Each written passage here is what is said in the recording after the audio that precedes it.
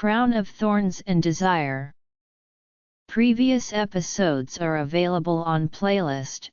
A link is given in the video description. Episode 8.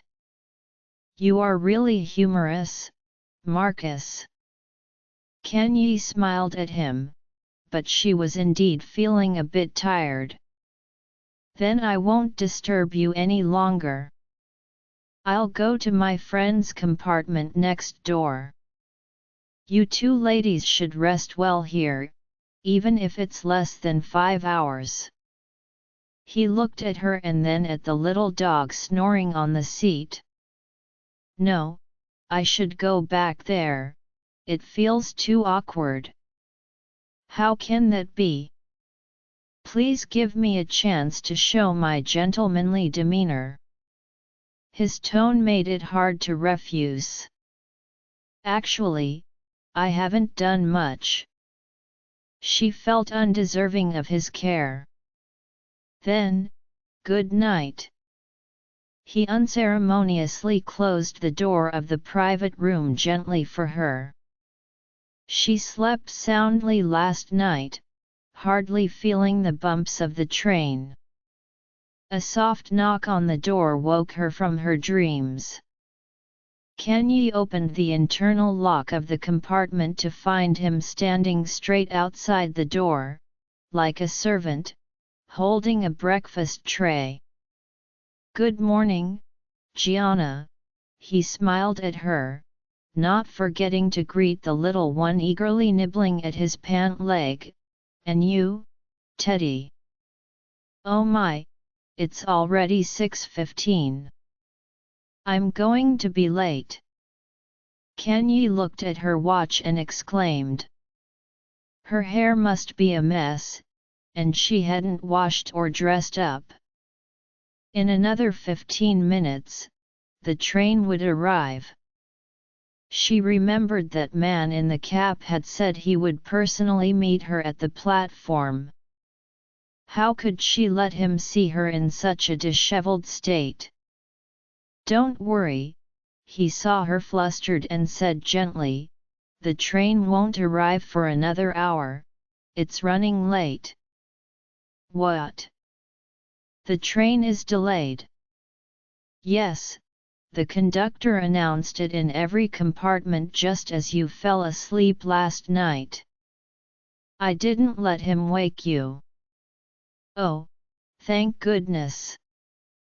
Kanye let out a long breath, leaning back in her seat. He entered the compartment and placed the tray on the small dining table. I wonder if this suits your taste? The food on the train is like this. After we arrive, I can take you to a decent place for lunch. His lake blue eyes gazed at her intently. You know, I didn't get a chance to properly thank you for helping my friend. Don't say that, I really didn't help much. Where will you go after getting off the train? Sorry, I really don't know where to go. This is my first time in this city. In fact, before boarding the train, she had gone to the municipal telephone office, where the person in charge told her that the phone number he gave her was not registered with an address. If it weren't for that man in the cap bringing her the message last night, she wouldn't know where to find him. She had originally planned to call that number after arriving and take a chance. He didn't press further.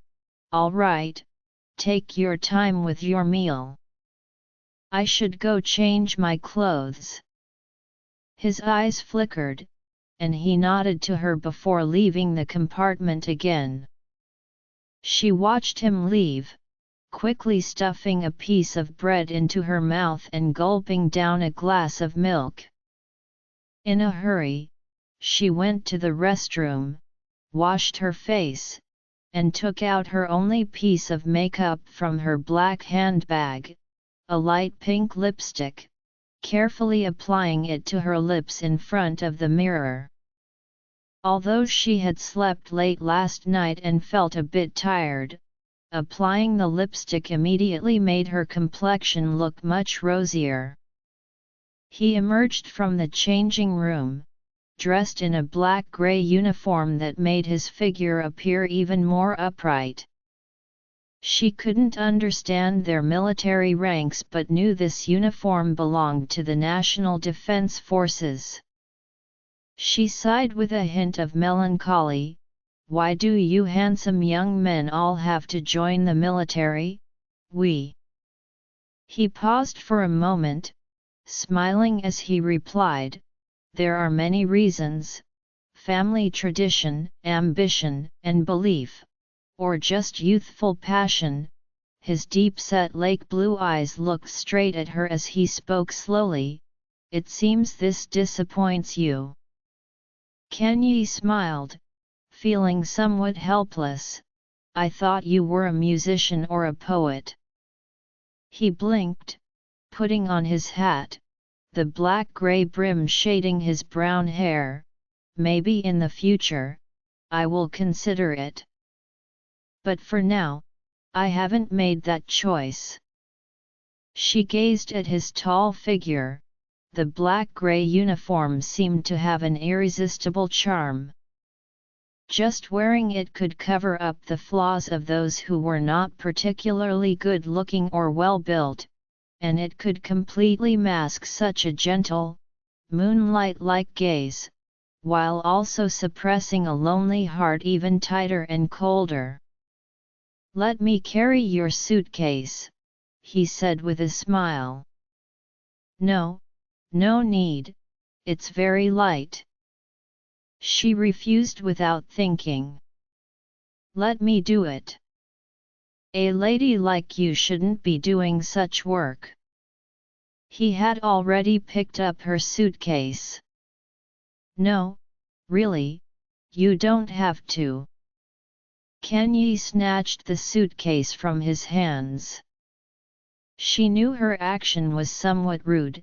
It wasn't that she didn't want to accept his kindness, but she didn't want this young national defense officer to see that her so-called farmer lover was a general of the empire. She held a heavy suitcase in one hand and a small basket containing a little dog in the other, along with her black handbag. With a slight tremor in her steps, she descended from the train at the designated carriage door, glancing around the platform. She spotted him tall and broad-shouldered, draped in a black long coat, his light golden hair shining so brightly that he stood out in the crowd. The black Mercedes was parked on one side of the platform. He was originally standing with his hands behind his back, a half-burnt cigarette pinched between his fingers, clearly waiting for the passengers to disembark. His icy blue eyes scanned the crowd, and although the train had not stopped in the standard position, he quickly spotted her. He extinguished the cigarette in his hand as she struggled to lift her suitcase. On the platform, an Eastern girl in a plain dress had just stepped off the train. She was beautiful, with delicate features and a slender figure, though she appeared somewhat travel-worn. A small group of SS officers, identifiable by their skull insignia, jogged towards her. Even someone with a strong will and a clean record would feel nervous, but she showed no signs of anxiety or unease, for the incredibly handsome man at the front was her beloved. "You foolish woman!" He was clearly a bit angry, starting to scold her from 2 steps away. "How could you do something so reckless?" She refused to admit she had done anything wrong. She had simply taken the train from a southern city to the capital to find him, nothing more. He grabbed her shoulders, his grip painful, but she playfully met his gaze. "Did you not expect me to show up suddenly? This is your birthday gift." He looked into her eyes, one hand gently caressing her cheek. "What a wonderful gift!" Before she could explain much, he sealed her lips with his, and they began to kiss passionately on the platform, leaving her breathless. Among the passengers was a handsome captain in a black-gray military uniform, helping a friend walk slowly across the platform. His lake blue eyes held a hint of a smile as he watched her kiss her farm owner lover in the street for a while. Then, an aide-de-camp quickly took her suitcase and loaded it into the car's trunk. He wrapped his arms around her, almost lifting her up, and stuffed her into the black Mercedes. "Isn't that the nurse? I haven't had the chance to thank her for taking care of me all the way," the man coughed twice. "Or perhaps, while I was asleep, she created an opportunity for some unscrupulous fellow." Marcus did not respond to his friend's words but remained still, staring as the driver in the front seat of the black Mercedes started the car. He pressed her down onto the back seat, tightly wrapping his arm around her slender neck, kissing her even more fervently. "Marcus, I didn't expect you, the love god, to miscalculate sometimes. Clearly, she belongs to someone else. I was deceived, my friend. She told me her lover was a farm owner.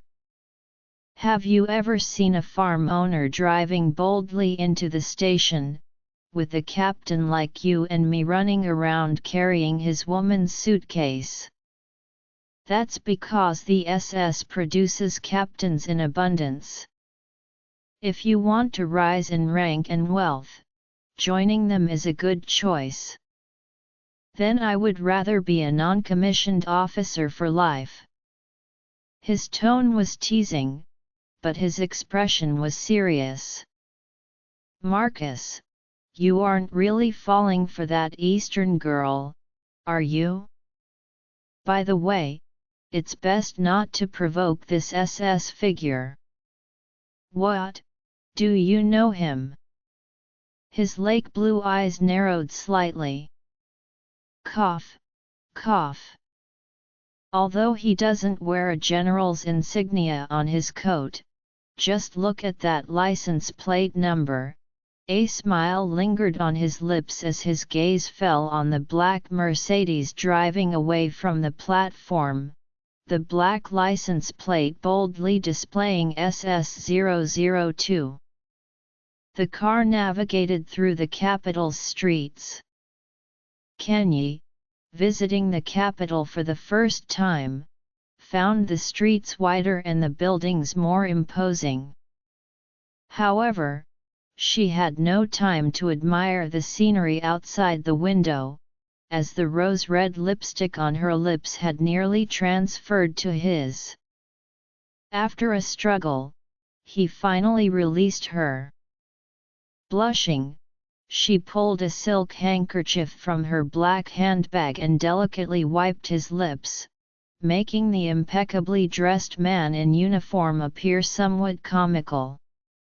The driver in the front seat was no longer one of the familiar faces she had known, but their expressions seemed identical, as if nothing had happened, focused solely on driving.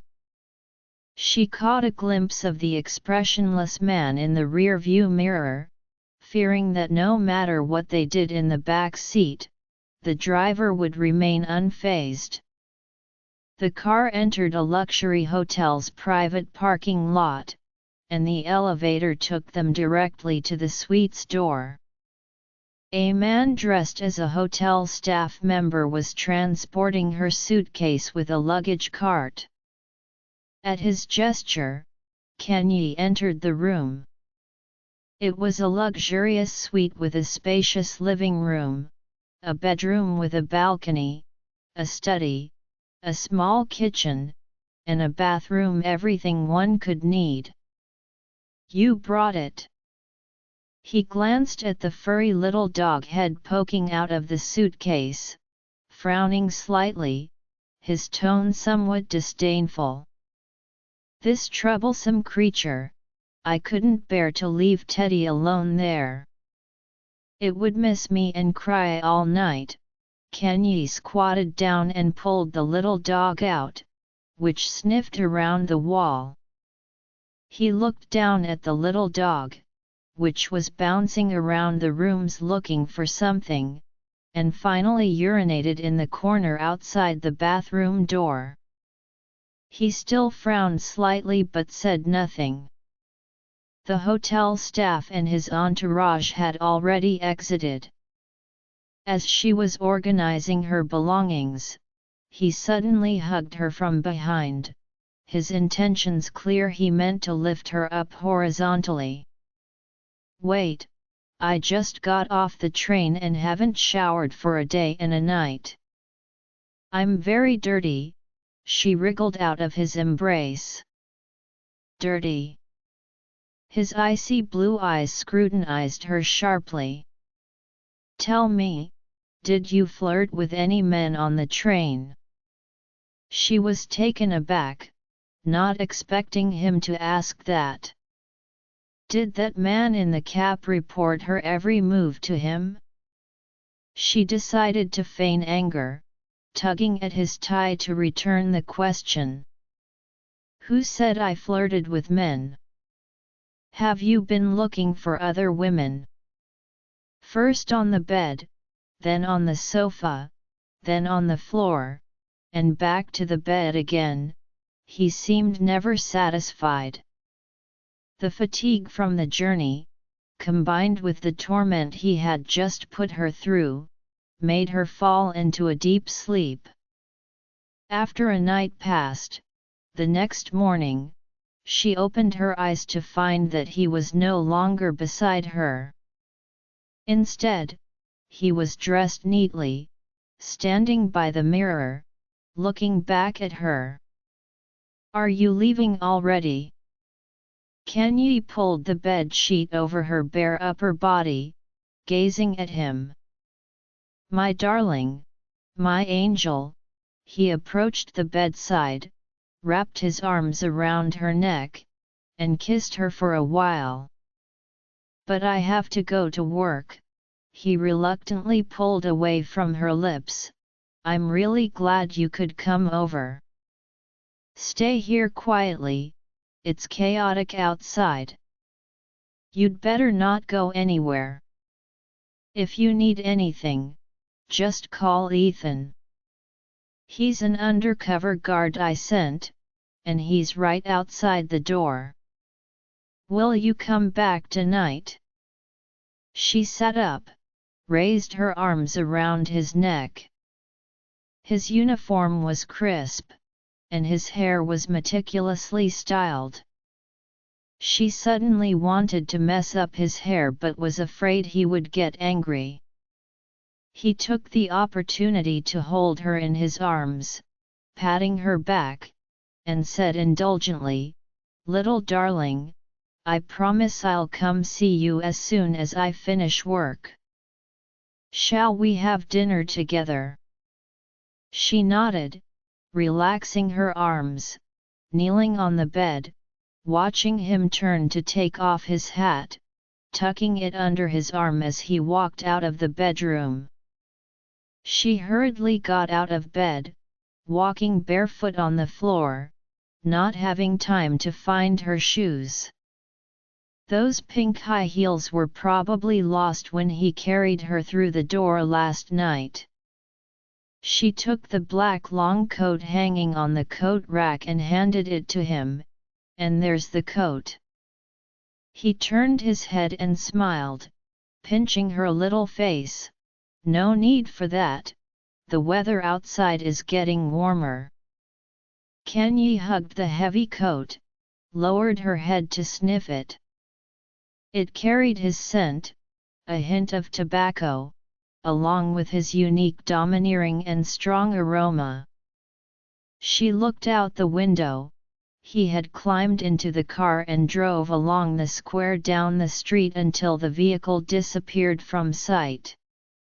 Holding the thick coat, she turned around in the room, lay back on the comfortable big bed, inhaling the unique scent of him on the coat, as if lying in his warm embrace, and unknowingly fell asleep.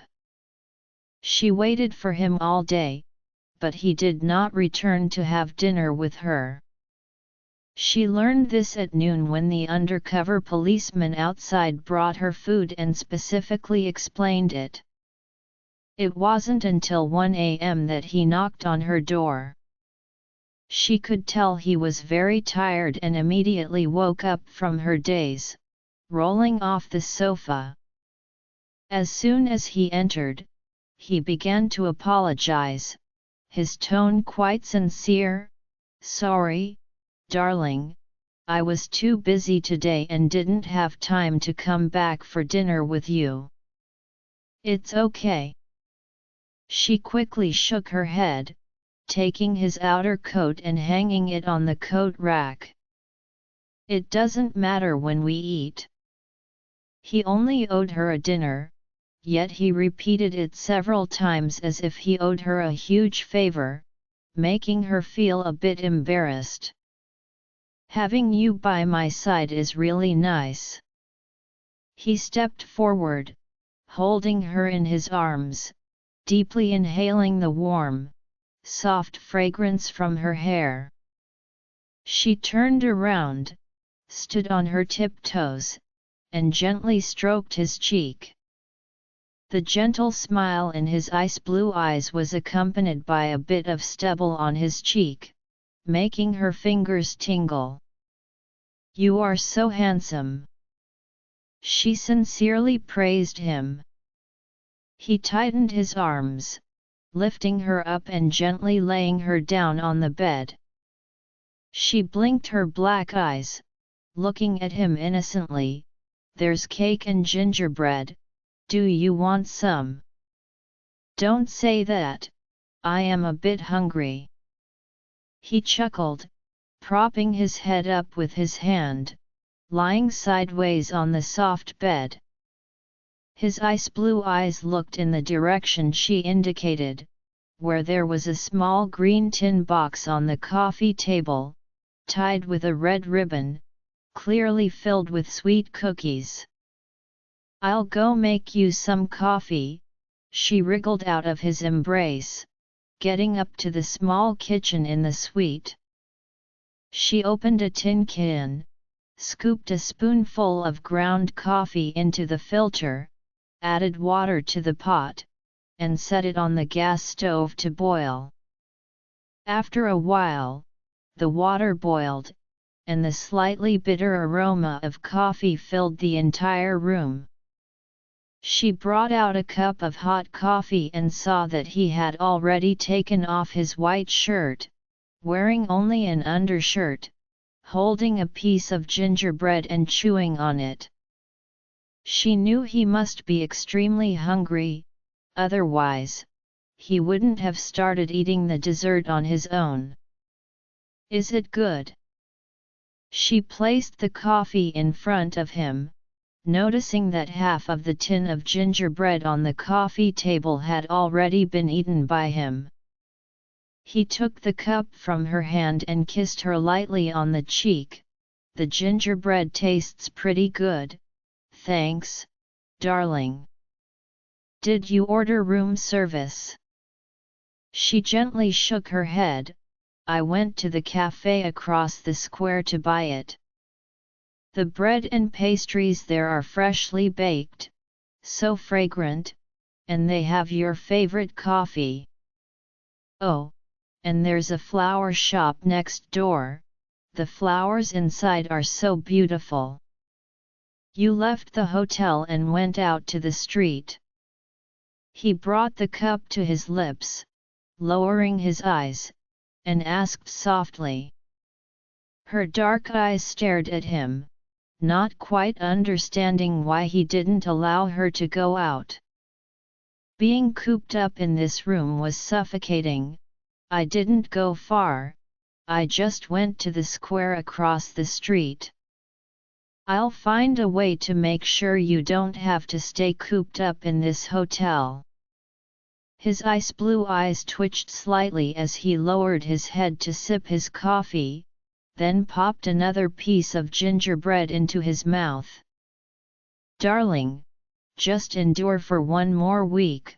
He had already drunk more than half of the coffee, placing the cup on the coffee table, leaning back against the wide sofa back, and slightly closing his eyes.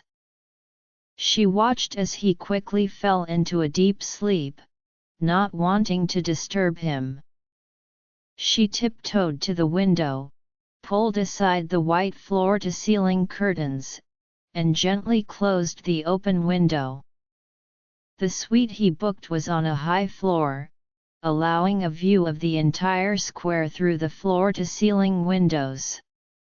Since it was already late at night, the square and streets were sparsely lit, with only a few neon lights and the twinkling stars alternating in the sky. A Gothic-style archway stood at the square's center, with the brass-cast goddess of victory high on her chariot, spreading her wings, her blade pointing straight to the sky. She returned to the sofa, quietly gazing at his sleeping face. He must be very tired, as he seemed to have immediately sunk into deep sleep, breathing evenly. She picked up the white porcelain cup he had left on the coffee table, sipping a small mouthful of coffee from his lip print. This cup of Sumatra black coffee, without sugar or milk, tasted particularly bitter because it had cooled down. He liked this rich, full-bodied, and strong flavor. He preferred vodka when drinking and coffee. She took another small sip, the thick brown liquid flowing between her lips and teeth. She frowned as she swallowed, the intense bitterness accompanied by a hint of faint sweetness. She should know the reason he didn't want her to leave this room.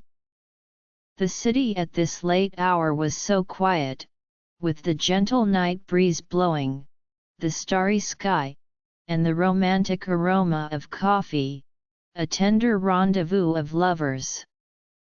During the day, she had seen the parade in the square, soldiers with guns marching in formation, their loud voices echoing through the air. She didn't like that feeling, even with the windows tightly closed and the curtains drawn, she could still hear the restless sounds.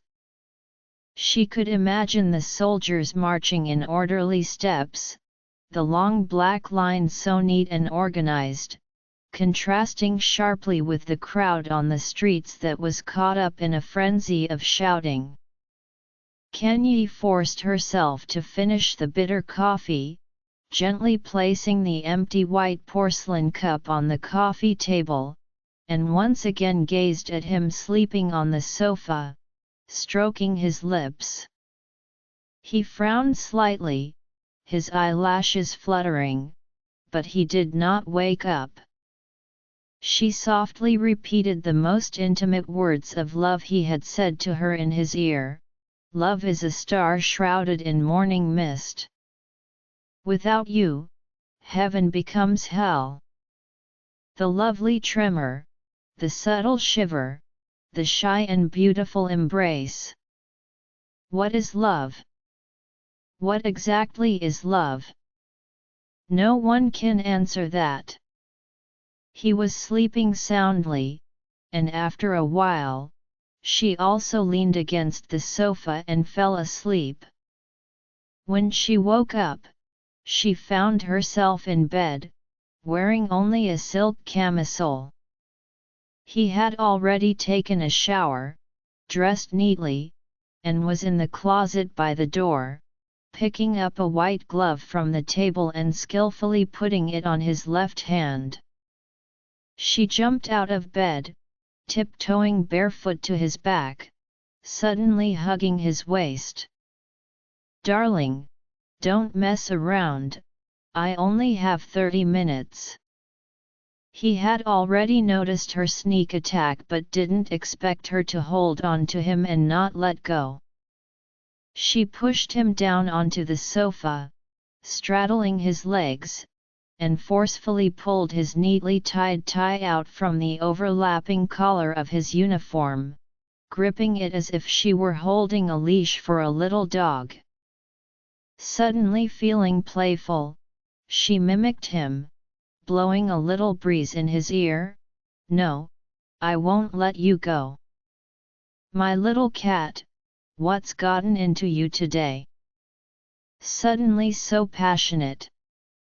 He extended his arms, holding her tightly in his embrace, glancing at the wall clock. "I really only have 30 minutes, now there are only 28 minutes left." She knew he only had half an hour, so she deliberately teased him, rubbing her warm cheek against his, her lips brushing against his. You little tease." His white glove slipped into her black hair, caressing her affectionately, and she gazed into his ice blue eyes, completely captivated. "Little one, you'll soon know the consequences of tempting me." He narrowed his eyes, his tone somewhat authoritative. Kanye examined herself in the mirror. Her heart, which had been racing, gradually calmed down, and the flush on her face faded. She stepped out of the bathroom and suddenly heard a commotion in the hallway, urgent footsteps, shouts from both men and women and the cries of children. Kanye felt a bit curious and wanted to go out to see what was happening. Just as she was about to push open the door, his reminder echoed in her ears, "Better not to." Whatever was happening outside had nothing to do with her. She thought to herself that if she really wanted to know, she could ask the plainclothes officer waiting at the door when he came in to bring her lunch. He would surely give her a reasonable and serious explanation. She turned and walked toward the inner bedroom, lazily pulling aside the sheer curtain and lying back down on the bed. The quilt and pillow were in disarray, and his black trench coat was draped over the large Baroque-style leather sofa, along with a few of his change of clothes. Kanye glanced at those items. He was usually very tidy, meticulous in his cleanliness. Perhaps he had left in a hurry that morning and hadn't had time to organize his things. She decided to lie in bed for a little while longer before washing his clothes and hanging them out to dry for him to use tomorrow. She turned on the small black and white television set on the cabinet opposite the bed. Although it only had a few channels, it was a luxury, a good companion for passing the time. However, after flipping through the channels, Kanye was disappointed to find that her favorite English program was gone again. She didn't like these channels, especially the news and current affairs programs, but they filled every channel. If she was lucky, she might catch a music program. As she turned to a news channel, static flickered across the screen, and to her surprise, she saw him on the television. Kanye was taken aback. This was quite an interesting occurrence. The voiceover crackled, making it impossible to hear the content, and the image was not very clear. She leaned closer, staring intently at the screen.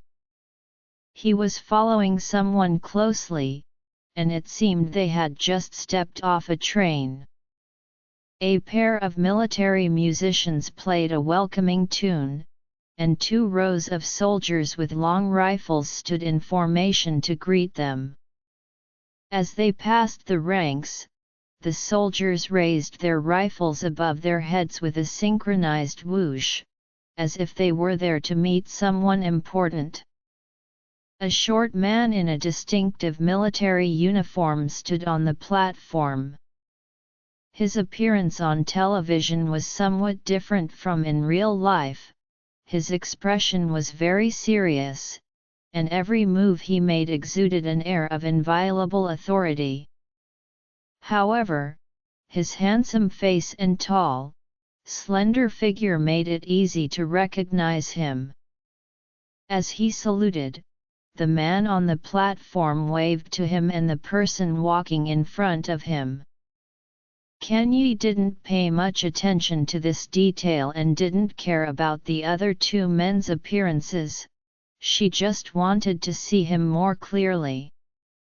But just then, the television screen flickered with static again, and after a few attempts, it still didn't improve. She had no choice but to switch to a channel that often played music. Kanye lay on the bed, feeling a bit bored, leaning against the soft pillow while munching on a bag of gingerbread cookies that the guard had brought her from the cake shop across the street.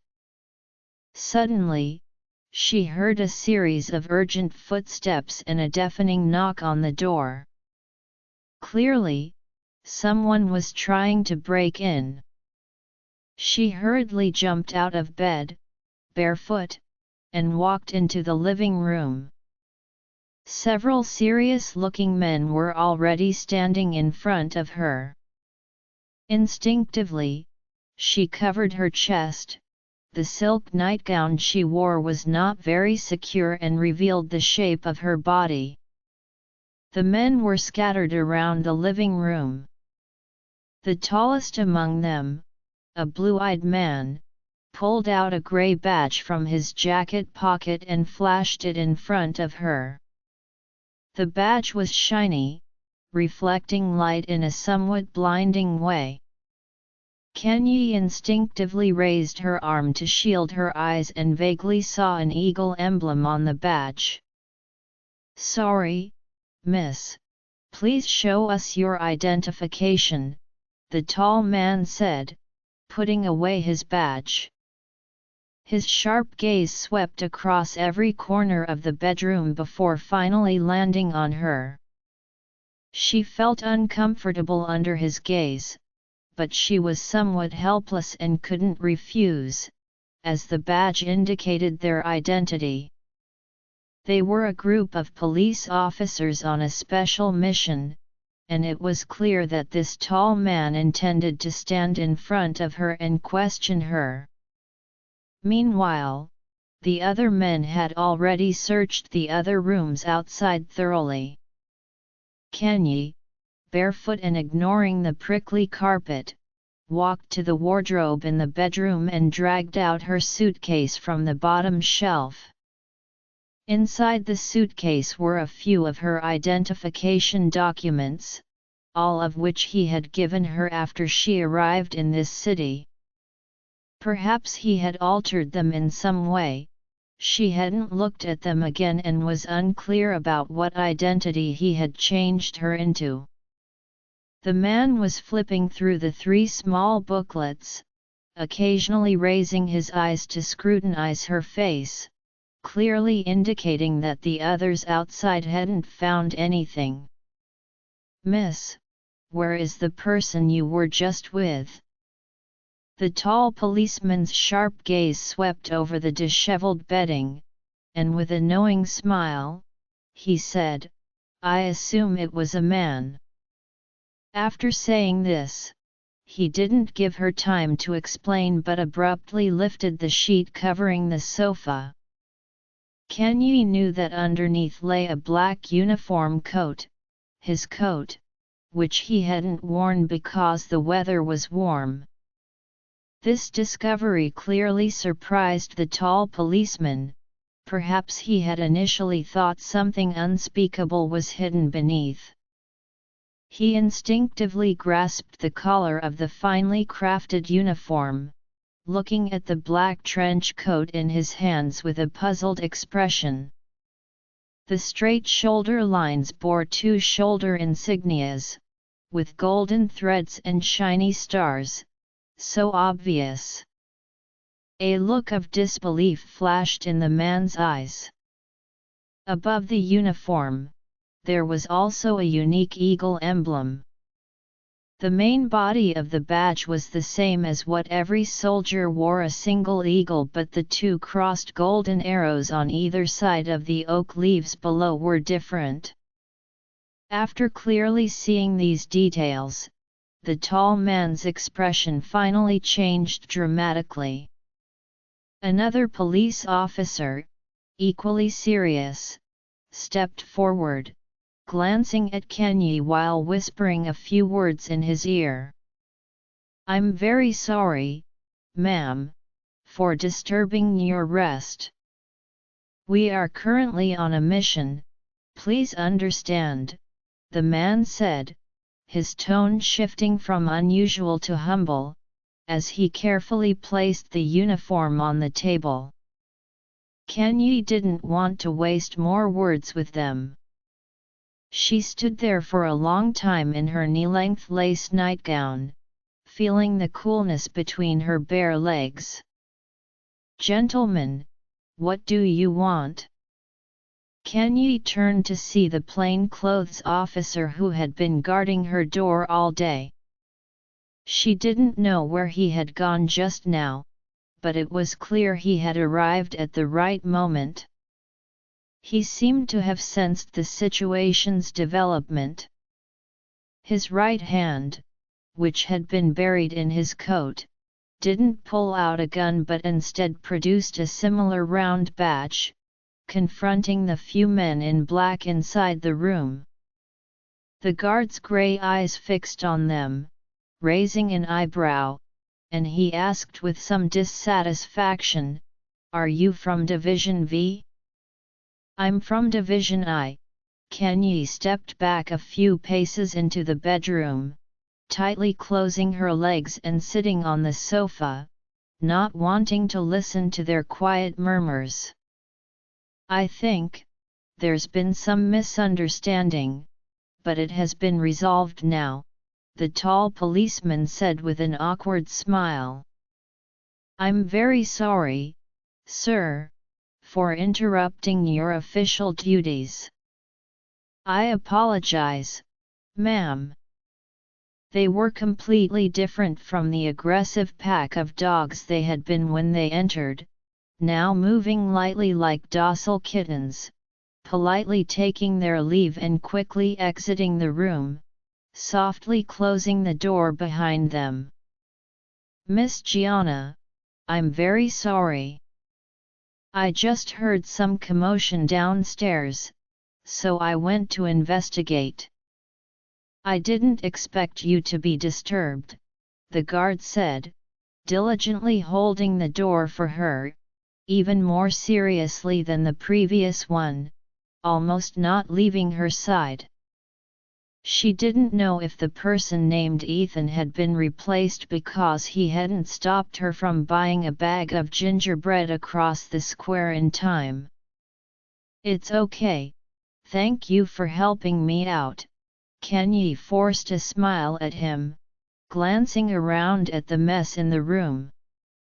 "I'll help you clean up," he quickly offered. "No need, I'll do it myself." She bent down to pick up the scattered sofa cushions on the living room floor. "But, what about this?" He wouldn't leave, standing at the door and looking at her. "Don't worry, I won't tell him." She looked up at the guard's grey eyes, stepped forward, and gently closed the door to the room. After washing his clothes and hanging them out to dry on the balcony, she climbed back into bed, continuing to stare at the television, munching on the remaining half bag of gingerbread. It was still a music program, and the soprano singer was performing energetically, but her gaze was vacant. That night, he returned late again, as he had been these days. He was busy until after 9 o'clock, never having the chance to have dinner with her. He kissed her on the lips briefly before putting down his briefcase and heading into the bathroom. She took his heavy black leather bag and placed it in the cupboard in the inner room, then found a clean set of clothes from the wardrobe. She could hear the sound of water splashing in the bathroom. After a while, he emerged shirtless, and she stood by, handing him the clothes. He smiled and asked, "Did you wash these?"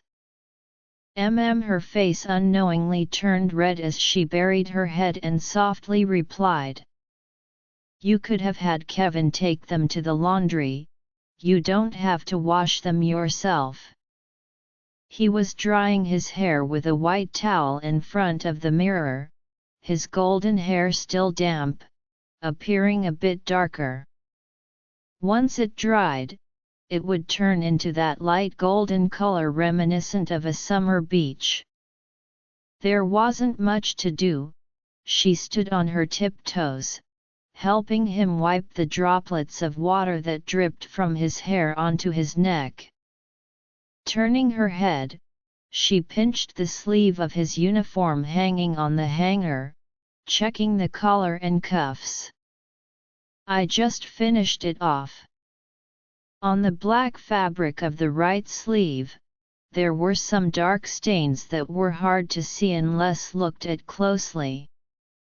She scratched at them with her finger. The few spots of dirt had seeped into the fabric. "The uniform is a bit dirty, this probably needs to go to the laundry. It won't be smooth without an iron."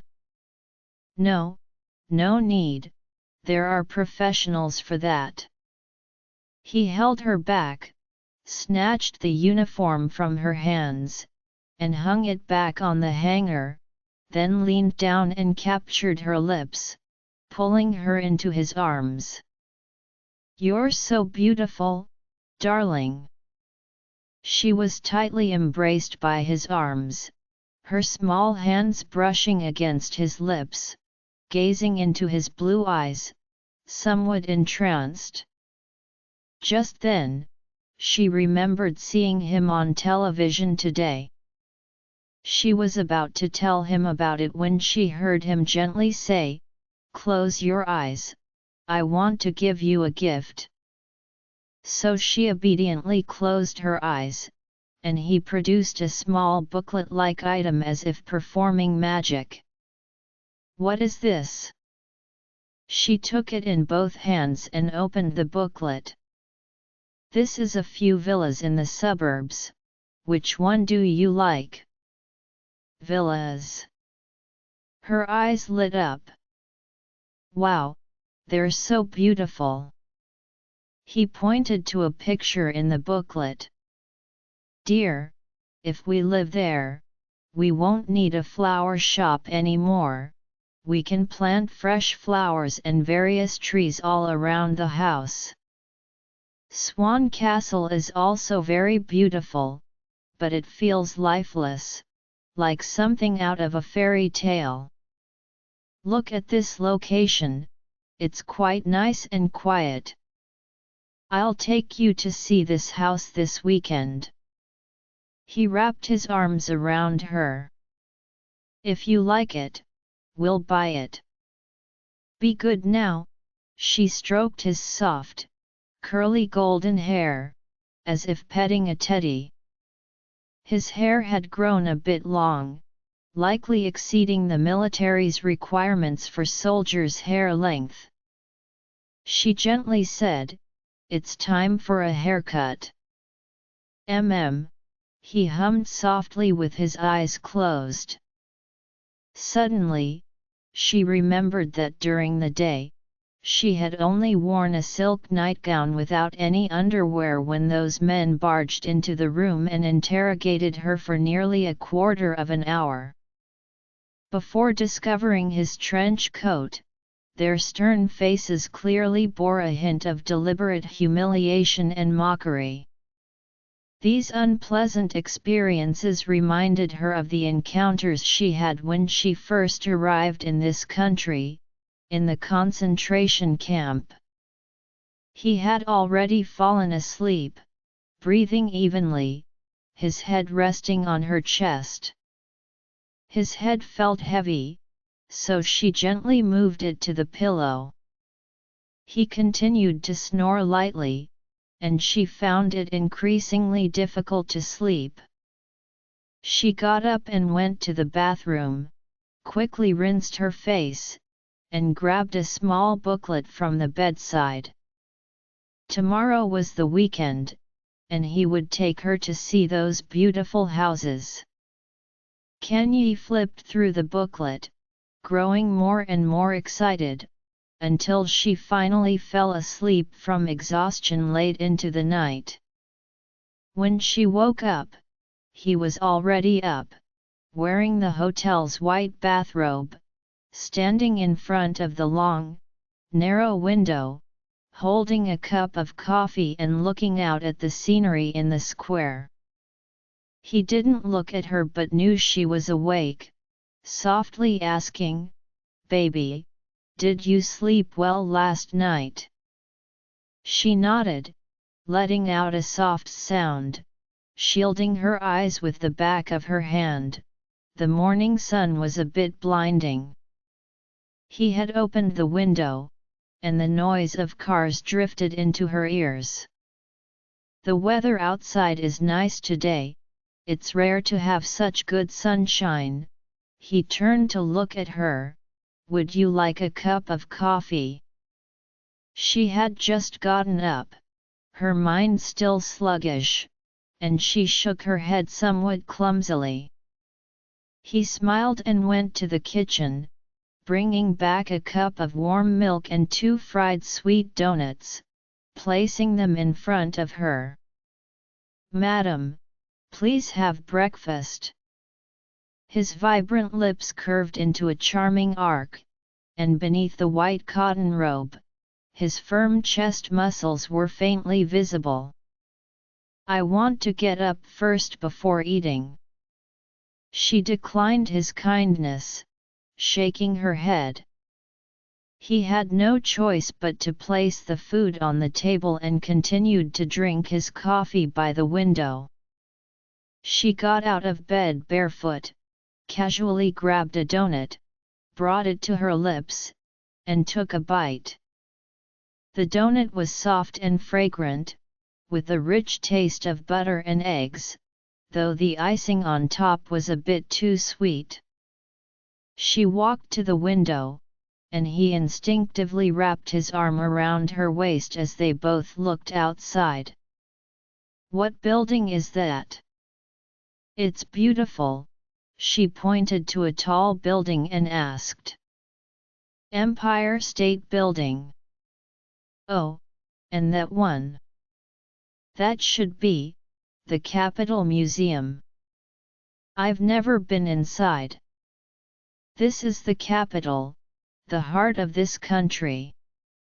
He paused slightly, took a deep breath, and said, "Before long, it will also be the center of the world. It will be renamed Germania, becoming a more glorious world capital than Paris, London, or Rome." She looked at him, sensing the pride and confidence sparkling in his eyes. She turned her gaze to the blue sky, feeling an indescribable emotion. Although the square was bathed in bright sunlight, it seemed to be shrouded in a haze of gloom. She heard him continue, "This place will be transformed into a glorious avenue over 100 meters wide, with opera houses, commercial centers, and government office buildings on both sides. In the center of the avenue, there will be a triumphal arch 100 meters high, twice the height of the one in Paris, along with a square that can accommodate over 1 million spectators. Of course, there will also be plans for the Führer's palace. He squinted slightly, his golden eyelashes making his eyes shine with a dazzling light like the sun. This will take 10 years to build and cost a fortune. That group of fools in Spear is urging the Führer to do these superficial things. A truly powerful empire is not built for others to see. She fell silent, resting her head against his chest. He lowered his head slightly, staring at her small face, one hand holding the coffee cup, the other pinching her chin, lifting the cup to feed her a sip of the brown liquid. "Is it good?" Kanye nodded, frowning slightly as she swallowed the bitter coffee. Suddenly, he pulled her into his arms, his tongue licking the bit of chocolate stuck to her lips. She finally understood what it meant to be the mantis stalks the cicada, unaware of the aureole behind. While she was eating the donut, he wanted to eat her. She had gained some experience in slipping away from his embrace and quickly escaped like a little cat. "No more." "Why not?" He caught her wrist. "Just no," she shook him off, putting the half-eaten donut back on the plate, then hid in the bathroom. He waited outside for a while, knocking on the door and asking, "Baby, are you feeling unwell?"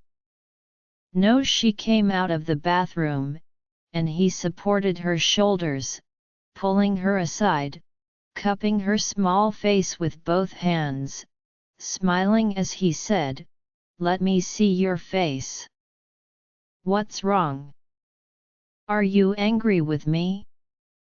Do you feel a bit lonely?" She lowered her eyes and shook her head.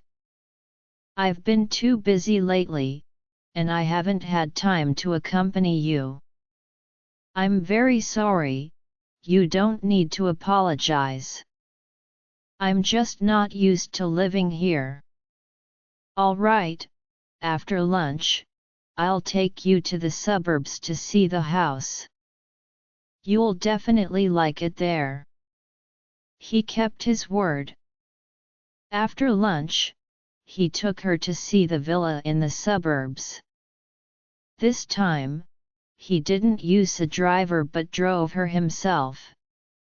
Leaving the capital's hotel, they drove for a while through the countryside, then along winding mountain roads for nearly half an hour before arriving in a quiet valley. The villa was built against the mountain, in a very secluded location, with the dense forest behind it and a beautiful garden with a winding path leading to the entrance. "Do you like it here?" He held her hand, gently stroking her back as she stepped up the long white marble steps at the entrance. Kanye nodded excitedly. It had been a long time since she had breathed in fresh outdoor air. The trees in the suburbs were lush, and the scenery around was beautiful. A short, plump salesman was waiting on the platform at the entrance for buyers. This man, dressed in a suit, politely greeted them and opened the villa's large door. Kanye stepped into the White House, gently covering her nose. Perhaps it was because the windows hadn't been opened for ventilation, the air inside had a musty smell. The furniture and decorations were all present, and some items were still new.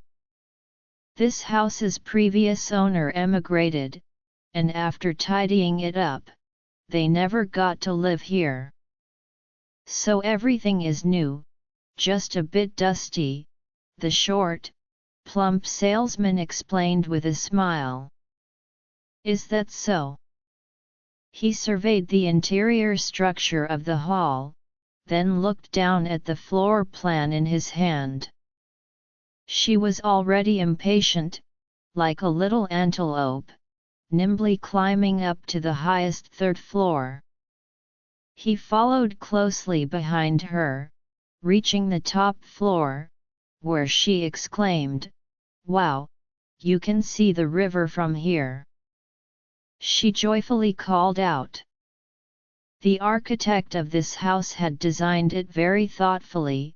From the small observation deck on the top floor, one could see the wide river, winding like a jade ribbon across the lush green land. Yes, that's a tributary of the Huir River. He seemed indifferent to the view outside, leaning down to press on the milky white marble table. This table is nice and sturdy. The salesman, slightly out of breath, followed them up. Yes, sir, just look at the beautiful scenery outside. It would be wonderful to have a cup of coffee here in the morning. He turned to look at her.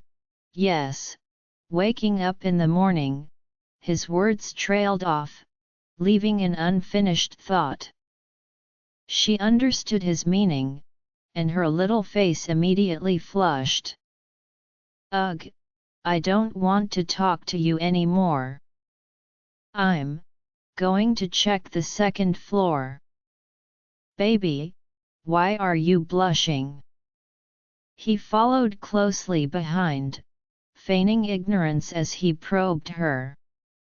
Kanye didn't respond, descending from the second floor into the hall, where there was a large white marble table with grey veins, topped with a classical bronze vase. She clearly liked this vase, touching it with both hands.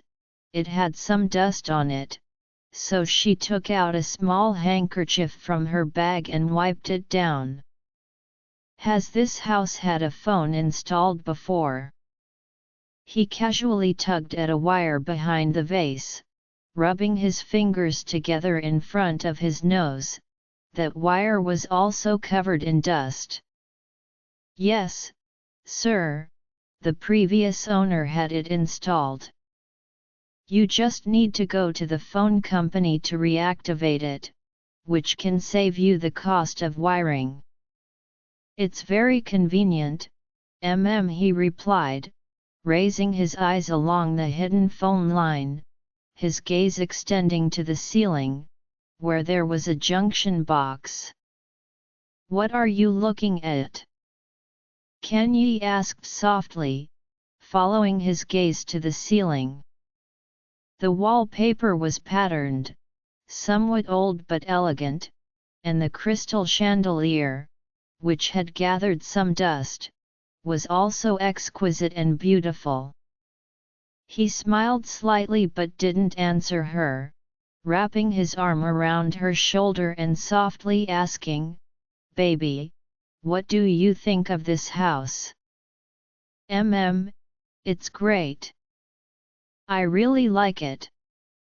Her big, dark eyes scanned the room's furnishings again. He filled out a check and handed it to the salesman. "This will serve as a deposit. The remaining amount will be paid to your account on schedule." The salesman was overjoyed, holding the check in disbelief. He hadn't expected this remote house to fetch such a price and to find a buyer so quickly. Although this tall, handsome golden-haired man was accompanied by a petite foreign woman, he had never seen such a thing, especially with such a young man being so generous. Despite wearing a khaki trench coat, his demeanor and aura resembled that of an imperial officer, but that was not his concern. He carefully folded the large check into his pocket. Here are 2 sets of keys for the inside and outside. So, Miss and Sir, please enjoy your villa. After watching the salesman leave through the door, she threw herself into his arms. Can we move in tonight?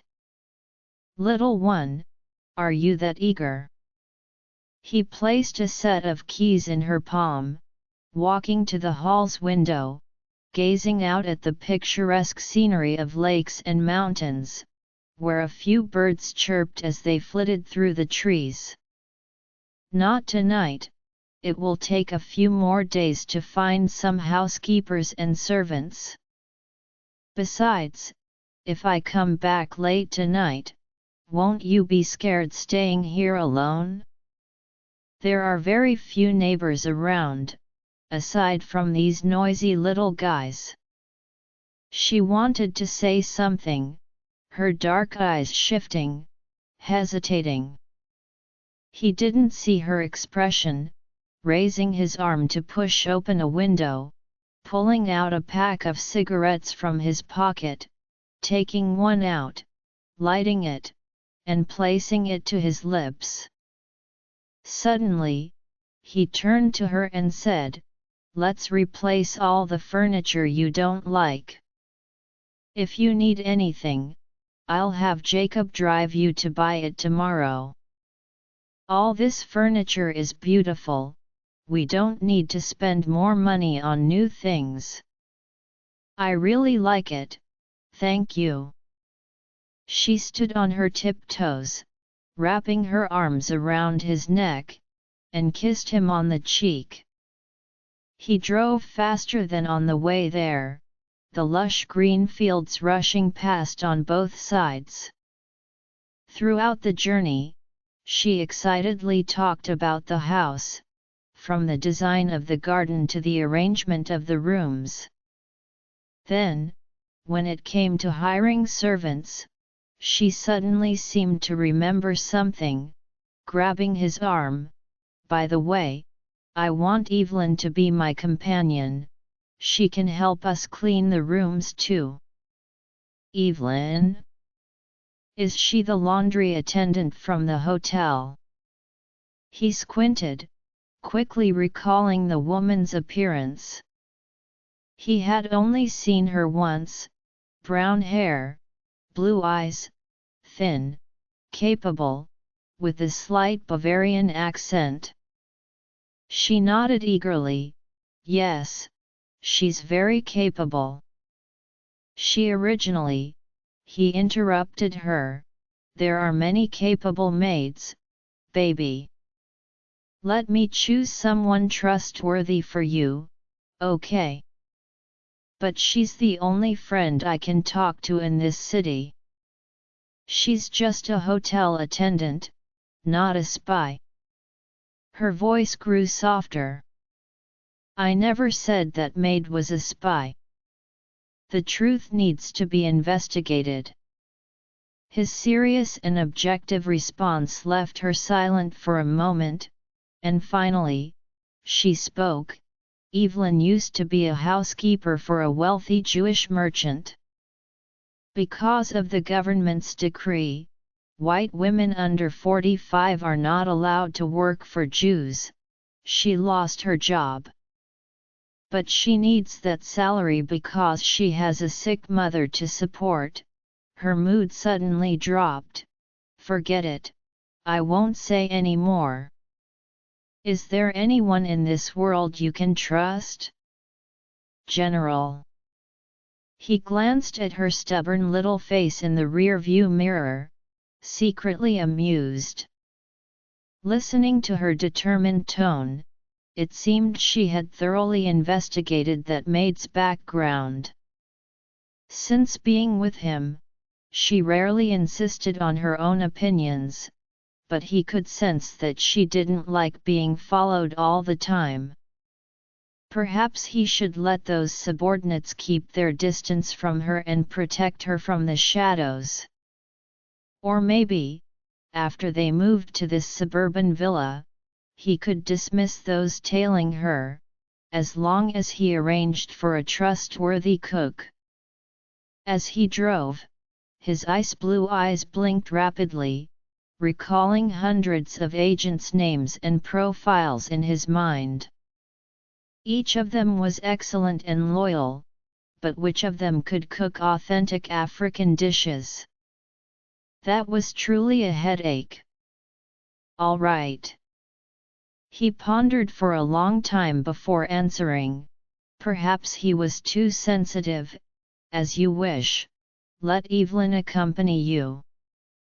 I'll pay her a salary 1.5 times what she earned as a housekeeper for that Jewish merchant, and give her 5 days off each month so she can go home to take care of her mother. What do you think? Has this house had a phone installed before? He casually tugged at a wire behind the vase, rubbing his fingers together in front of his nose. That wire was also covered in dust. Yes, sir, the previous owner had it installed. You just need to go to the phone company to reactivate it, which can save you the cost of wiring.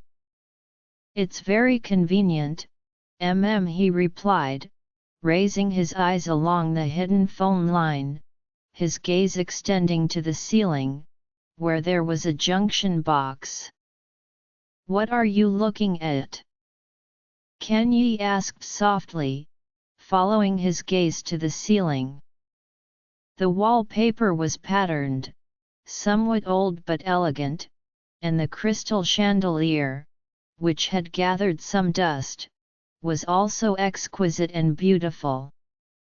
He smiled slightly but didn't answer her, wrapping his arm around her shoulder and softly asking, "Baby, what do you think of this house?" It's great.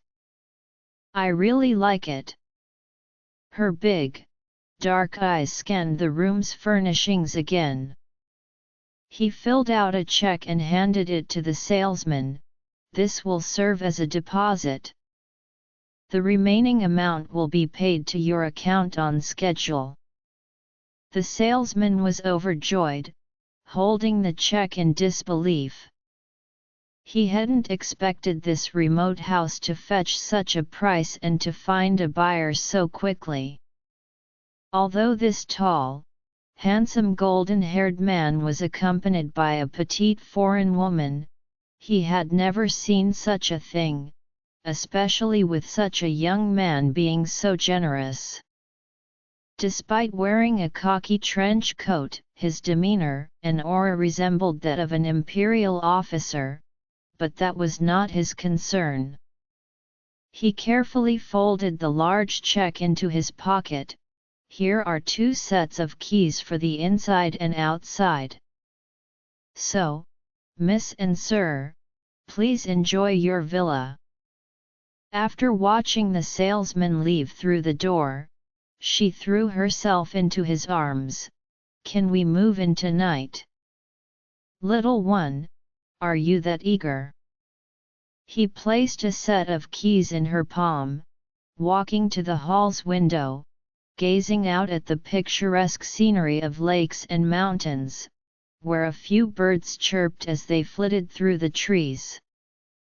"Not tonight. It will take a few more days to find some housekeepers and servants. Besides, if I come back late tonight, won't you be scared staying here alone? There are very few neighbors around, aside from these noisy little guys." She wanted to say something, her dark eyes shifting, hesitating. He didn't see her expression, raising his arm to push open a window, pulling out a pack of cigarettes from his pocket, taking one out, lighting it, and placing it to his lips. Suddenly, he turned to her and said, "Let's replace all the furniture you don't like. If you need anything, I'll have Jacob drive you to buy it tomorrow. All this furniture is beautiful, we don't need to spend more money on new things. I really like it, thank you." She stood on her tiptoes, wrapping her arms around his neck, and kissed him on the cheek. He drove faster than on the way there, the lush green fields rushing past on both sides. Throughout the journey, she excitedly talked about the house, from the design of the garden to the arrangement of the rooms. Then, when it came to hiring servants, she suddenly seemed to remember something, grabbing his arm. "By the way, I want Evelyn to be my companion, she can help us clean the rooms too." "Evelyn? Is she the laundry attendant from the hotel?" He squinted, quickly recalling the woman's appearance.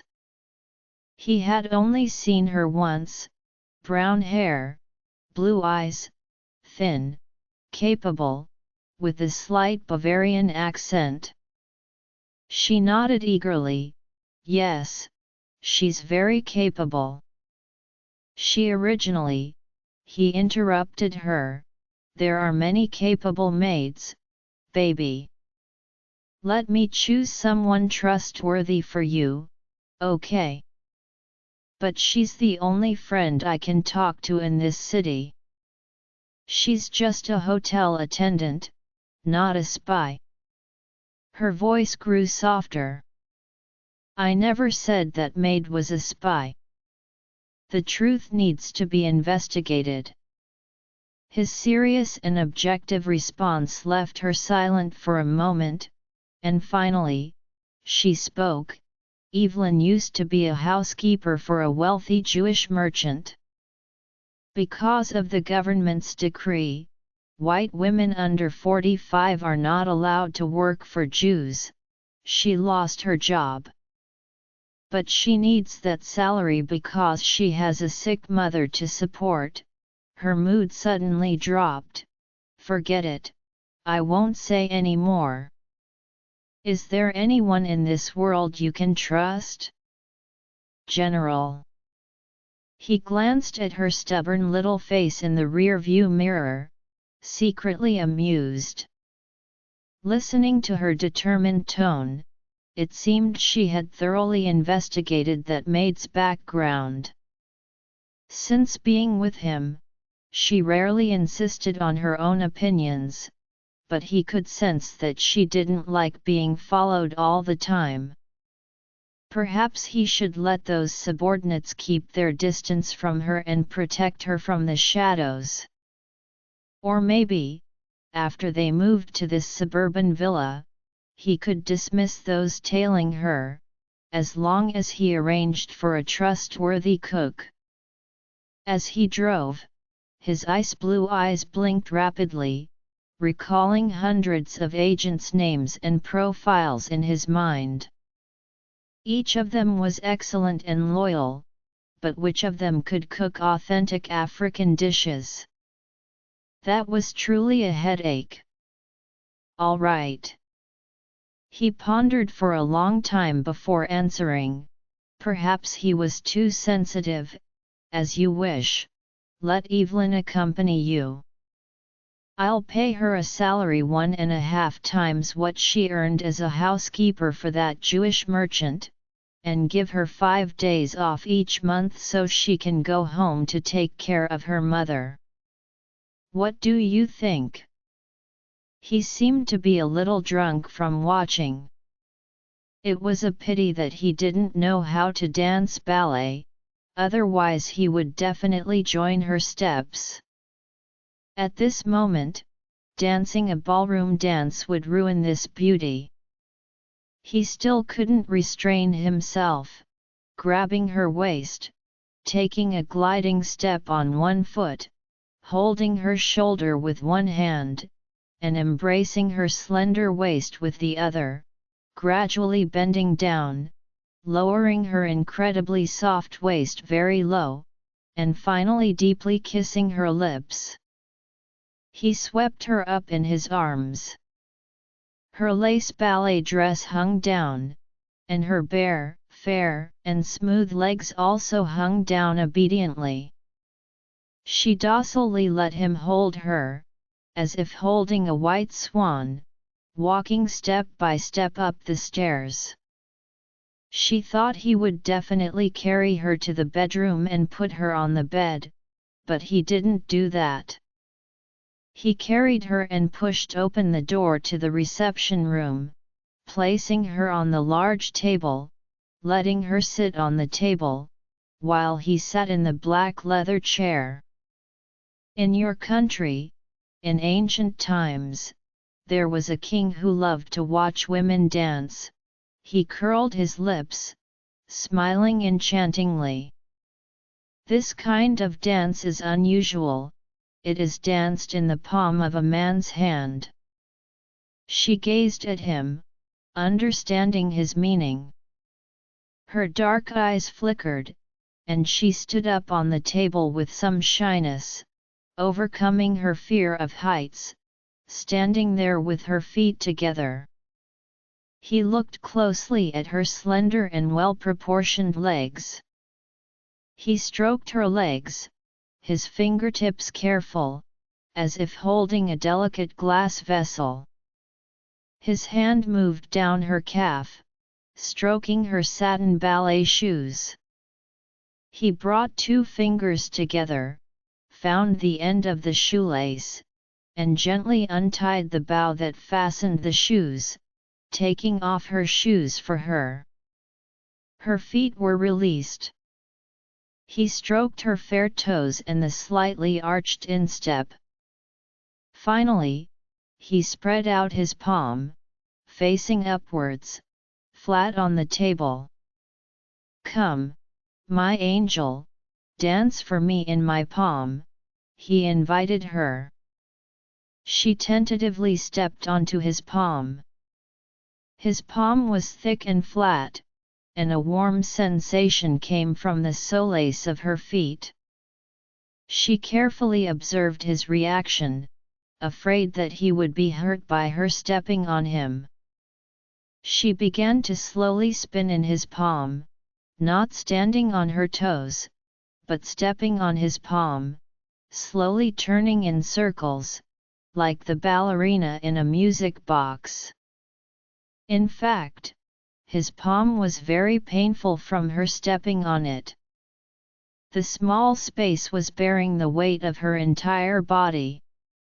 Although she was very light, all the weight was transmitted through the solace of her feet to his palm. He endured the pain, unwilling to interrupt her dance.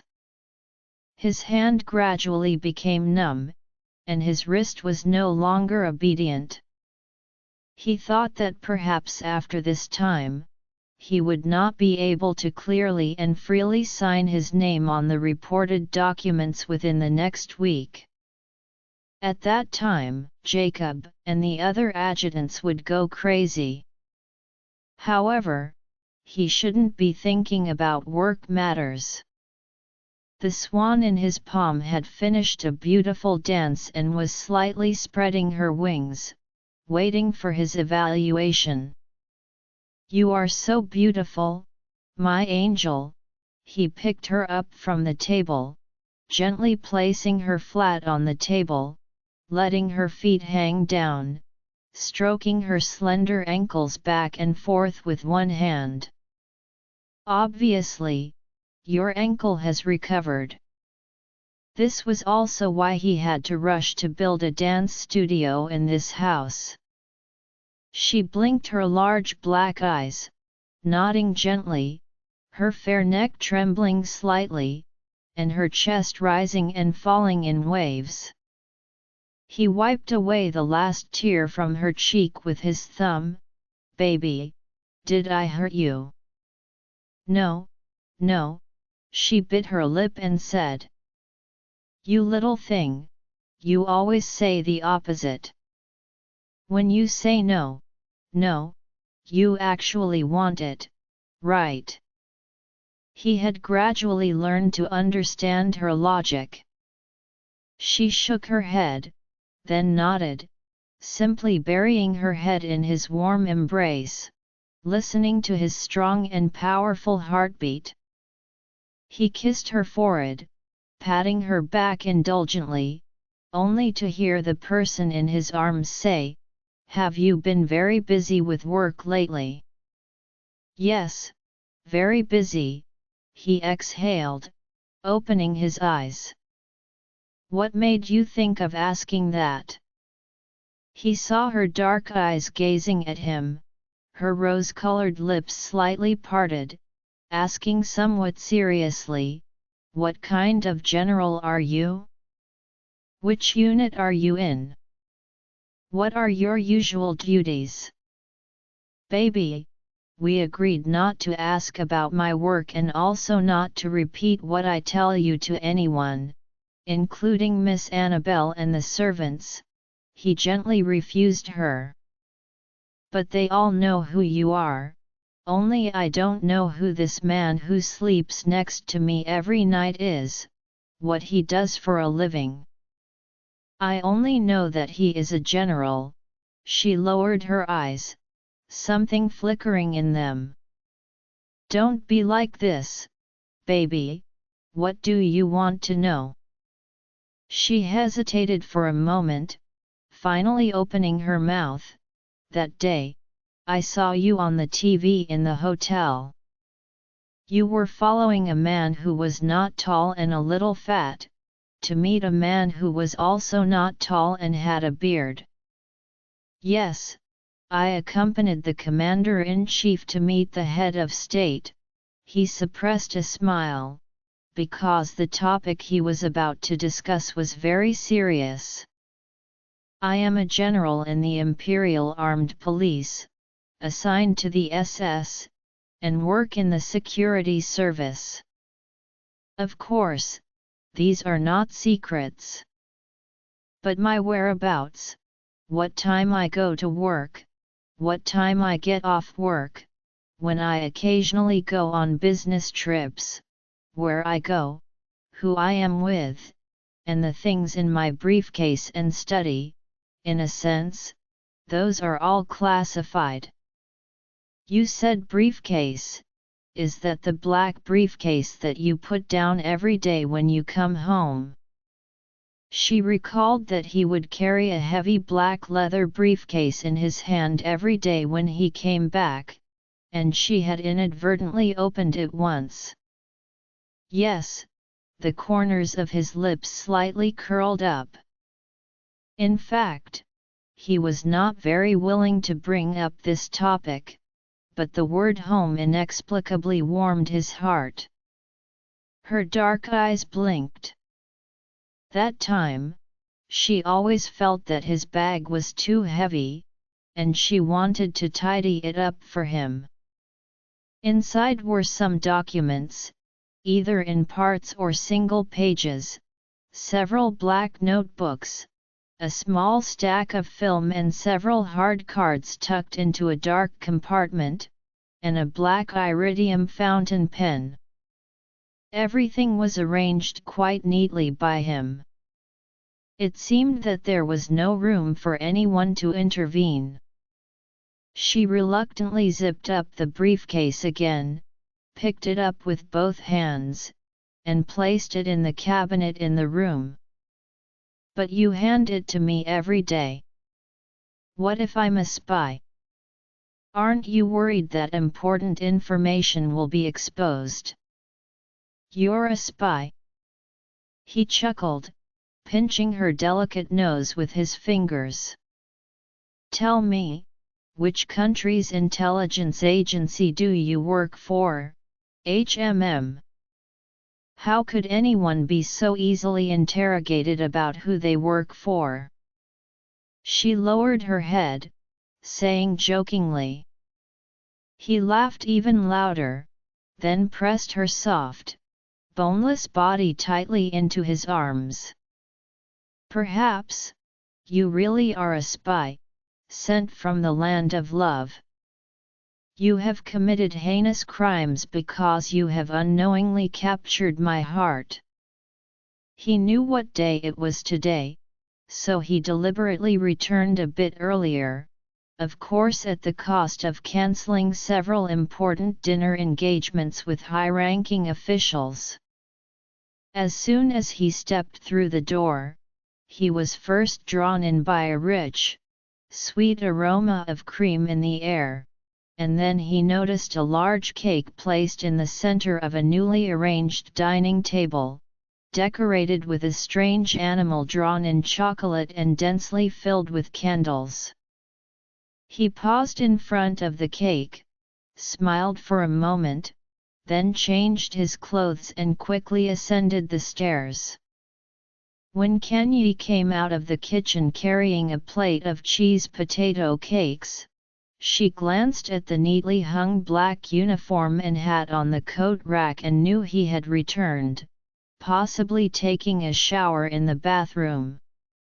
She placed the potato cakes on the table and suddenly noticed that the arrangement of the candles on the cake was not as neat as before. After counting carefully, she realized that a few candles were missing. "Evelyn, how many candles did you put on the cake?" Kenyi returned to the kitchen and asked the maid who was wiping glasses. "According to your request, 35, not a single one less," Evelyn replied, turning her head with a puzzled blink of her brown eyes. "But, well, okay." Kenyi hesitated, walked into the kitchen, tiptoed, and took out 4 candles from a high cabinet. She quickly returned to the hall, found a few sparse spots on the fragrant cake, and inserted the candles one by one, then skipped happily back to the kitchen. After he finished his shower, he descended the stairs slowly, changed into a clean outfit, feeling much fresher and lighter. However, when he approached the dining table, ready to admire her masterpiece, the oddly decorated birthday cake, his smile gradually froze on his handsome face, because the candles he had just pulled out had been reinserted. He raised his right hand, 2 fingers pointing at the cake, preparing to pull out the extra candles again. "Ah! So it was you who pulled them out." Kenyi walked to the front of the dining table, exclaiming loudly as if she had caught a child sneaking a snack. He shot her a glance, ignoring her protest, and continued to move his fingers, gently pulling out a few candles and placing them beside the cake. "Do I look that old? In fact, I lied about my age to enlist in the army. That's how it should be." Kenyi counted the number of candles on the cake again, surprised, and asked, "Are you 31? I'm 19 this year, so you're exactly a decade older than me." He raised an eyebrow, not asking her what a decade meant, and opened his arms to pull her into his embrace, softly asking, "Darling, what did you draw on the cake?" "A dragon. I thought you were born in the year of the dragon," she said, biting her lower lip, happily gazing at her work. "A dragon? If it's a dragon, it seems a bit thin." He squinted his ice blue eyes, clearly being a bit nitpicky as he pointed and said, "And there are too many claws, it looks more like a malnourished lizard with excessive claws." In African culture, dragons are auspicious divine beasts, capable of riding clouds and calling rain, unlike your kind that hides in the mountains and breathes fire at the slightest provocation, she protested, but by that logic, you should be born in the year of the sheep. What did you say, sheep? In South Africa, we use 12 animals as the 12 zodiac signs, and everyone has a corresponding sign. So, you mean my corresponding animal is a sheep? Yes, she nodded. Don't you like it? He honestly shook his head, smiling a bit helplessly. Lambs are sacrificial offerings, sacred as they may be, but I prefer wolves. They embody speed, strength, and a spirit of cooperation. But in our Central Plains culture, wolves are an unwelcome animal. They are synonymous with treachery, cunning, and brutality. How could anyone use a wolf as a zodiac sign? He raised an eyebrow, non-committal, not wanting to argue with her on this point. In fact, in his language, the meaning of his name is King of Wolves. He had made up his mind to be a wolf, leaning down to kiss her hair, her cheek, and her ear, like raindrops, increasingly dense. Wait a moment, I'll change my clothes. She felt ticklish from his kisses and hurriedly pressed her small hand against his chest. After making him wait for half an hour, she finally shyly came down the stairs. Her hair was meticulously styled into 2 dark buns, held in place with a flower pin, and she had taken off her apron, specially changing into a light purple kipao. This kipao was a gift from Annabelle some time ago, with delicate patterns and silver-threaded buttons, made of high-quality material. Annabelle had said she had gained some weight recently and could no longer wear it, so she gave it to her.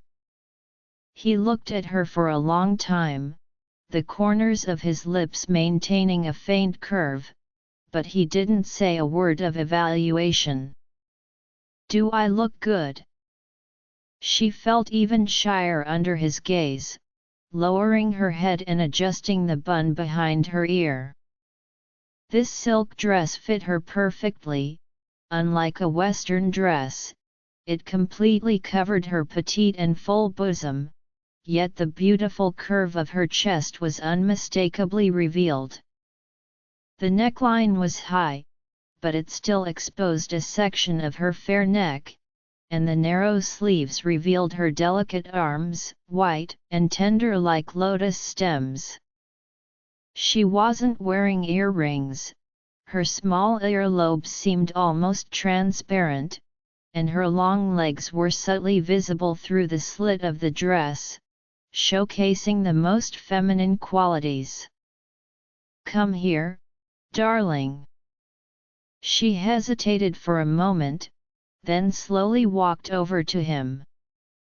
He sat in a chair, motionless, watching as she approached him, and suddenly pulled her into his embrace. You! She was startled by him, protesting softly, yet obediently sitting on his lap. His hand gripped her waist. Her small waist was soft and slender, easily enveloped by his hands. He lovingly caressed the satin surface of her dress, the warmth and softness of the touch felt so inviting. He leaned his high nose close to her ear, inhaling her unique scent, but he discovered a rather tricky problem. The alluring dress was difficult to unfasten, the buttons slid smoothly from top to bottom, leaving no place to grip. So with a rip sound, her dress, opened at the knee, instantly tore apart in his fingers. No, don't, she pounded on his chest, making muffled sounds. She wanted to scream but didn't dare, as the maid and the cook were working just outside, and they could come into the hall at any moment, making it so embarrassing to be seen like this. "Feel free to scream," he said, showing no intention of stopping, breathing hotly near her ear, "but don't expect anyone to come to your rescue." Under the flickering candlelight, the girl's porcelain-like skin was illuminated. Kanye had changed into a silk lake blue dress, her cheeks flushed with rosy hues, her black hair cascading down, tied back with a matching blue ribbon in a bow behind her ear. Her dark eyes gazed intently at him. He raised his glass. "Come on, let's toast. Happy birthday to you, cheers." She also raised her glass, a section of her white arm sliding out from the lace-trimmed sleeve, clinking her glass against his. The two crystal-clear glasses filled with a light wine made a crisp, pleasant sound. He tilted his head slightly, taking a small sip of red wine, but his eyes remained fixed on her, watching the rosy corners of her small face lift into a sweet smile, radiating happiness. He couldn't help but smile back, reluctant to reveal a fact: today was not actually his birthday. This little woman had somehow seen a note and mistakenly thought that day was his birthday. But it didn't matter. In fact, he didn't remember his birthday, and no one had ever told him which day it was 30 years ago. She gazed at him with wide eyes, smiling brightly, unaware of the secret in his heart, only a bit worried if her impromptu outfit was beautiful and charming enough. He took another sip of wine, his ice-blue gaze shifting from the beautiful girl's face to the large cake that had been cut. No matter what strange thing was drawn on the cake, this was the first birthday cake he had ever received. So, he had just indulged in 2 pieces of such sweet food. "The wine today is a bit sour and astringent," he said, swirling the glass, tilting it at a 45-degree angle, his ice-blue eyes fixed on the amber-colored sticky droplets clinging to the glass wall, which usually indicated a bottle of fine aged wine had been opened. "Actually, one shouldn't eat sweet things before drinking red wine." "Are you saying that eating cake will affect the taste of the red wine?" She blinked, swallowing a sip of the purple wine, pursing her lips as the slightly sour taste made her frown. "But I can't taste it." She picked up the wine bottle placed in the corner of the table. This bottle was carefully selected by her from the chef, and it should be a good wine, but she wasn't good at tasting wine. Unlike Annabelle, who could take a sip and discern the vintage, she always felt that foreign wines tasted the same. He smiled, blinking his blue eyes, his long fingers lifting the bright glass, gesturing to her. "Compared to fine wine, your beauty intoxicates me even more." She felt a bit shy from his compliment, putting down the wine bottle, tilting her head, her fair little finger gently fiddling with the candles pulled from the cake, counting them like a child. Suddenly, as if remembering something, she blinked her long black eyelashes and asked, "Ryan, why did you enlist back then?" He was silent for a long time before finally speaking in a low voice, "To survive." He lowered his ice-blue gaze, sweeping over the lavish dinner spread on the table, landing on the silver candlestick adorned with a delicate bouquet of roses, continuing, "For half an imperial mark in military pay each day, 500 grams of black bread, a can of beef, and 2 cigars a week." She gazed at him intently.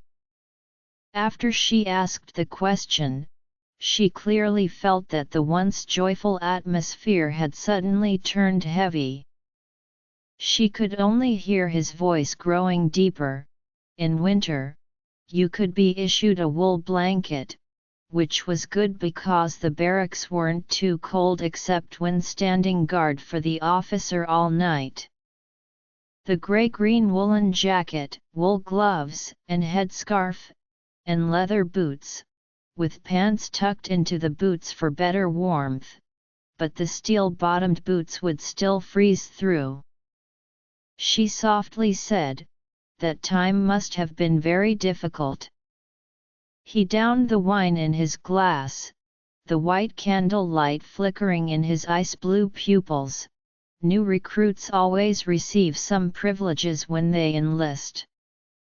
She slowly rose from her chair, walked to his side, and sat close to him, her soft little hand touching his arm. His fingers were long and strong, his palm warm, but the back of his hand was so cold. He stopped speaking, smiling as he ruffled her hair, his expression very calm, but she could clearly feel that in the gently swaying wine glass in his right hand, something heavy and bitter was settling. She thought she was empathetic, understanding the world's suffering, but ultimately she was still a rich young lady, raised with strict parents and kind siblings. He was different. From the moment he became aware, he had no family. When she asked him how he went from being a slave to a general, he didn't answer her. Rather than involving some military secrets, it was more about the painful past he didn't want anyone to touch. Her heart tightened, aching slightly. She gradually understood his position and logic. In fact, it wasn't hard to understand, requiring no logic, because his situation was becoming increasingly perilous. If he didn't swiftly eliminate his opponent at the first opportunity, what awaited him would be complete annihilation. He had grown accustomed to this chase and kill, with no other choice. She would never forget that time when she accidentally entered his room and witnessed that shocking scene. He was burning a list of prisoners to be executed. His words were deeply etched in her mind. "True evil is not the glory paved with bones, nor the brilliance forged in blood, but in this chaotic world of demons and beasts, being human yet completely unaware of what to believe in." She had once scorned him with ruthless words, accusing him of being an accomplice to evil. Perhaps the reason he began to descend into darkness was simply for survival. The moonlight was soft. He drank some wine and fell into a deep sleep, but she couldn't sleep at all. Kanye quietly got out of bed, tiptoeing as she gently opened the second compartment of the drawer. This drawer was used to store items related to her hometown, and inside were stacked a silk kipao that had become tattered, a small packet of jasmine fragrance, 2 manuscripts exuding a faint ink scent, and a small red velvet box. She glanced at the bed and saw that he was sleeping soundly before carefully opening the small box. Inside was a pair of pearl earrings, shimmering softly in the moonlight. At this moment, Kanye felt an even stronger sense of regret. She shouldn't have accepted this gift yesterday. Accepting a gentleman's gift so carelessly implied a willingness to accept his affections. Although she could sense the elegance, politeness, and kindness of the handsome captain of the National Defense Army, whom she had only met once on the train, he was still a stranger. If she were in her hometown, adhering to the customs of propriety regarding interactions between men and women, this would have been utterly inappropriate. Yet, she merely hoped for someone to converse with, apart from the proper servants in this house. Yesterday afternoon, in a cake shop in the city, her maid Evelyn accompanied her to choose a large cake base and buy some cream for decoration and frosting. The shop was located in a rather inconspicuous part of the city. The car was parked outside, with the driver waiting inside. Evelyn went next door to purchase some ingredients from the chef's list. They had an entire afternoon to complete these tasks. After Kenyi selected what she wanted, she ordered a cup of tea and a small piece of cake at the tea room in the cake shop, enjoying them leisurely. What Kenyi never expected was to run into him in that cake shop. When he pushed the door open, her eyes lit up. He was still wearing that deep blue trench coat, a white shirt without a tie, and his hair was casually tousled, giving him a somewhat relaxed and lazy appearance. She knew he was an officer in the National Defense Army, and his attire was always distinctively fashionable and elegant, devoid of any rigidity or harshness typical of soldiers. She spoke up, calling his name, Marcus. Join our Facebook and WhatsApp group for more updates, link is given in description. Rest audiobook will be continued in next episode.